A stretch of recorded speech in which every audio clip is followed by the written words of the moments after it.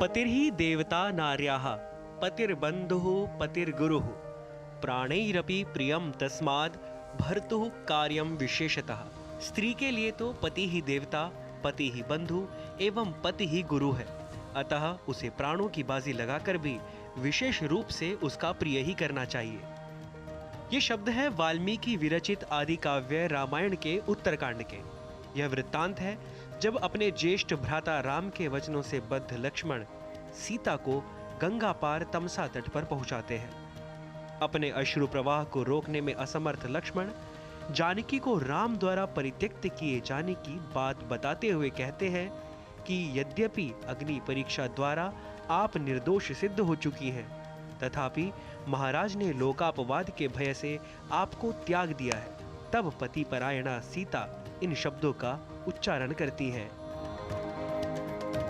उत्तरकांड में महाकवि वाल्मीकि ने आदर्श राम राज्य की संकल्पना प्रस्तुत की है।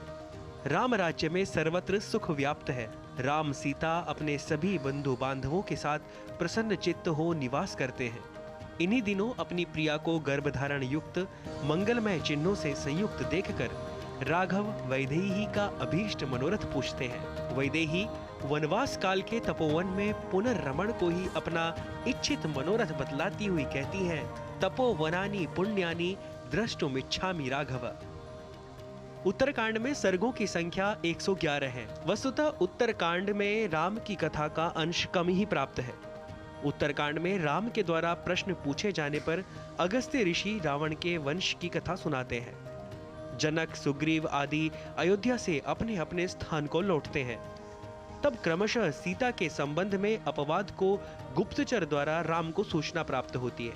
इसी कांड में सीता का परित्याग, पुनः राजा नृग, उर्वशी, वशिष्ठ, ययाति के आख्यान, लवणासुर से पीड़ित मुनियों की रक्षा के लिए शत्रुघ्न का जाना, लवणासुर राक्षस के मारे जाने पर शत्रुघ्न का राज्याभिषेक, लवकुश का जन्म, रामचरित की रचना और गान, शंबुक का वध, अश्वमेध यज्ञ का राम द्वारा अनुष्ठान, कुशलव द्वारा रामायण गान, सीता को शपथ लेने के लिए राम का अनुरोध, शपथ लेकर सीता का पाताल प्रवेश, ब्रह्मा द्वारा राम को आश्वासन, कौशल्या आदि के परलोक चले जाने पर काल द्वारा राम को ब्रह्मा का संदेश देना, कुशलव का राज्याभिषेक और राम का महाप्रस्थान।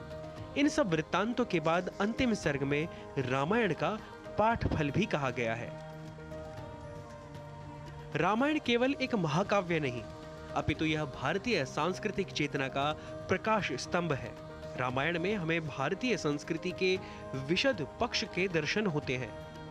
रामायण के नायक श्री राम मानव जीवन का आदर्श है।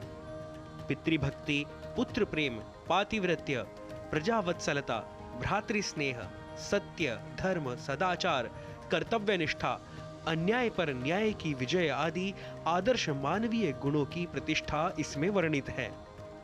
रामायण में मानव हृदय के सभी पक्षों का वर्णन है।